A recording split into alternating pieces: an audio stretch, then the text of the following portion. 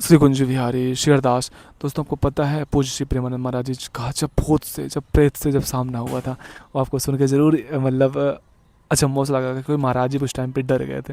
बोले कि बहुत पहले की बात है, महाराज जी अपने स्वयं अपने मुख से ये बता रहे थे, क्योंकि महाराज जी जब भी कुछ ऐसा उदाहरण आता है तो उदाहरण बताते हैं, और ऐसा नहीं कि अपना दुखड़ा बताते सबको, ऐसा नहीं। वो जब उदाहरण आता है तो उदाहरण देते हैं, वो बताते क्या हुआ कि कुछ समय पहले की बात है। देखो आज के टाइम पे क्या होता है कि सबके घर में वॉशरूम शौचालय ये सब बन गया है, तमाम सारी घर के अंदर बन गया, बाहर बन गया।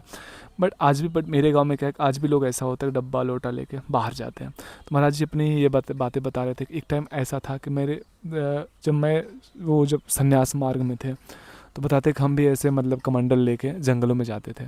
बोले एक रात की बात है जब उनको प्रेत मिला था, तो आप ध्यान से सुनो। तो बोले कि एक बार की बात है जब हम गए थे वहाँ पे जंगल में, कमंडल लेके गए।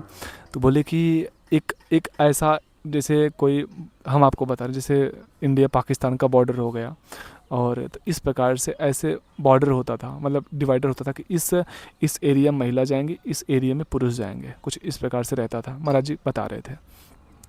तो बोले उस टाइम पे ऐसा था कि ऐसी ऐसी बातें थी, तो लोग अपने अपने एरिया में जाते थे, महिलाएं थी वो अपने एरिया में जाती थी, और जो पुरुष थे वो अपने एरिया में जाते थे। बट उस टाइम पे क्या होता है महाराज जी बोले कि हम अपना कमंडल लिए वो आगे चले गए। बोले जब हम आगे जा रहे थे तो मेरी पीछे से जैसे अ, जो नुपुर होते हैं, पायल होते हैं, बोले उसकी आवाज़ आ रही थी।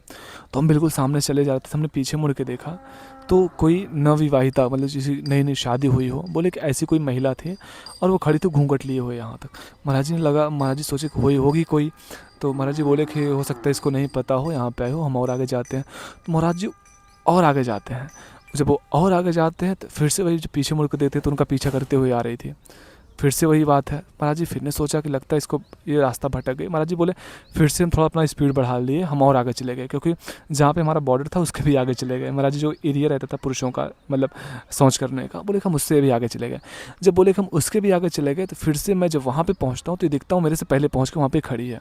बोले कि वहाँ पे खड़ी होकर मुझे देख रही थी। अब जो है महाराज जी कहते हैं कि मैं अब देखा उसको, अंदर ही अंदर से बिल्कुल डर गया।